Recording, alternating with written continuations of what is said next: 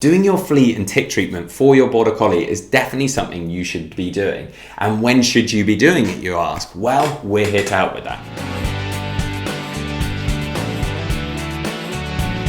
Welcome back to the Fenrir Border Collie Show. My name's Joe and I'm a certified canine leader here at FenrirCanineLeaders.com. We are dedicated to helping you learn everything you could possibly want to know about the Border Collie and then how to become a high-level canine leader so you can raise your very own. So if you're new here, don't forget to subscribe and turn on that notification bell so you never miss a future upload. Having a new Border Collie in your house is a very exciting time and there's lots of different things going on and lots of things to remember, and one of those is doing your flea and tick treatment. But when should that happen? Well, today we're going to be tuning into a webinar that the canine behaviourist and founder of FenrirCanineLeaders.com, Will, has recorded all about when you should be doing your flea and tick treatment for your dog. Getting a new puppy is a wonderful experience, and if you are planning for a new canine family member right now, you will be busy getting everything ready, no doubt. Puppies are work, but they also make our lives richer and happier. Maybe you already have been to the local vet and set up an appointment for your first visit. After all, vaccinations are vital to protect your dog. But what about flea and tick treatments?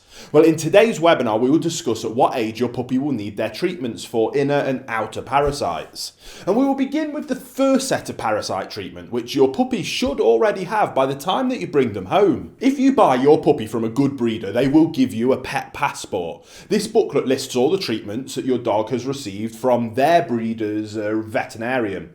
These include medication for inner and outer parasites, as well as their first set of jabs. Typically, the first health check and deworming on puppies is done 2 to 3 weeks after birth, then between 6 and 8 weeks of age. They get their first vaccination and another set of treatment to protect against fleas, worms and other parasites at that time. Your job will be to follow up with these 2 sets of vaccination boosters. These are usually spaced apart 28 days from one another. Ideally, the recommended dates for the next jabs will already be marked on the pet passport. And on these vet visits, your dog will also receive their next set of inner and outer parasite treatment. Now, young dogs need all the nutrients from their food to grow in a healthy way. This also means they absolutely need protection from intestinal worms, and whilst outer parasites do not hinder a puppy's digestion, they can cause serious discomfort, disease, and in extreme cases, a dangerous blood loss. Therefore, puppies need to be protected against fleas, ticks, mites, and insect bites. The good thing about these parasite treatments is they do not require separate vet visits. Either your vet will apply the appropriate medication themselves as a part of your consultation, or they will package them up for you. In the case of the latter, ask your vet to write down all the details for you, such as when exactly to give the medication to your puppy, how much of it, and whether to give it with food or on an empty stomach. Now, usually parasite medication for puppies comes in the form of a tasty pill that your dog will usually eat without any problems. In case they don't, use a piece of soft sausage or butter or cheese to hide the pill in. If you find yourself having trouble getting your puppy to swallow the medicine, ask your vet for help, and they have tons of clever ways to do it. As we said earlier in this video, your breeder's vet will already have treated the entire litter for parasites. All you need to do is keep up a regular schedule of treatment, which your vet will also be happy to provide. Also, many vets will send you an email or a text message before your dog's next parasite treatment is due. So let's talk about the kind of parasites that puppies can get, and we'll start with internal parasites. Now, most people immediately think of intestinal worms when they hear the term internal parasites, but one of the most dangerous internal parasites for dogs is the heartworm, which is transmitted via mosquito bites.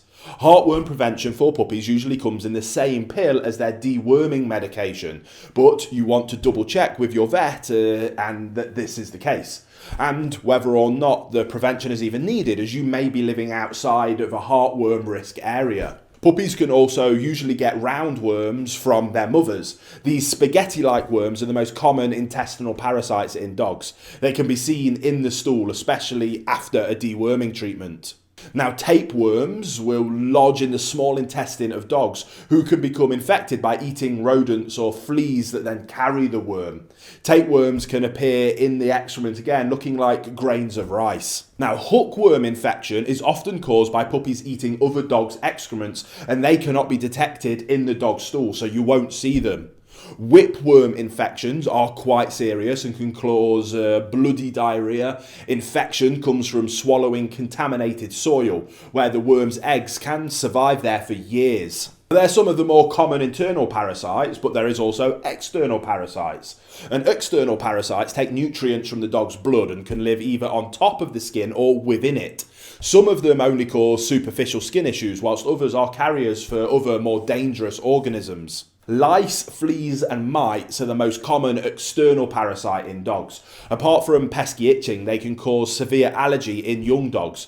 If your puppy is affected, you should treat all the pets in your household as well as their sleeping spaces. Ticks are quite a common external parasite in dogs. They mostly jump on the dog when walking through tall grass and scrubs or in the forest. Usually ticks cause only local skin irritations, but they can carry Lyme disease, which is why preventative treatment is a must for all dogs. And that wraps up our quick webinar about at what age your puppy will need parasite treatments and some rough overviews of the things that you need to be aware of. Again, we always advise that we're not vets, so speak to your local veterinarian as part of getting a new puppy and they'll be able to give you much more detailed advice. This is just a really good starting place. So I hope you enjoyed it and I'll see you on the next webinar. There you have it, guys. Some really useful information there from Will, all about when you should be doing your flea and tick treatment for your Border Collie. I really hope you enjoyed today's video. If so, get involved in the comments down below as we would love to hear from you. Don't forget to subscribe and turn on that notification bell as we have 2 dedicated videos coming out every single week. So I can't wait to see you in the next episode of the Fenrir Border Collie Show.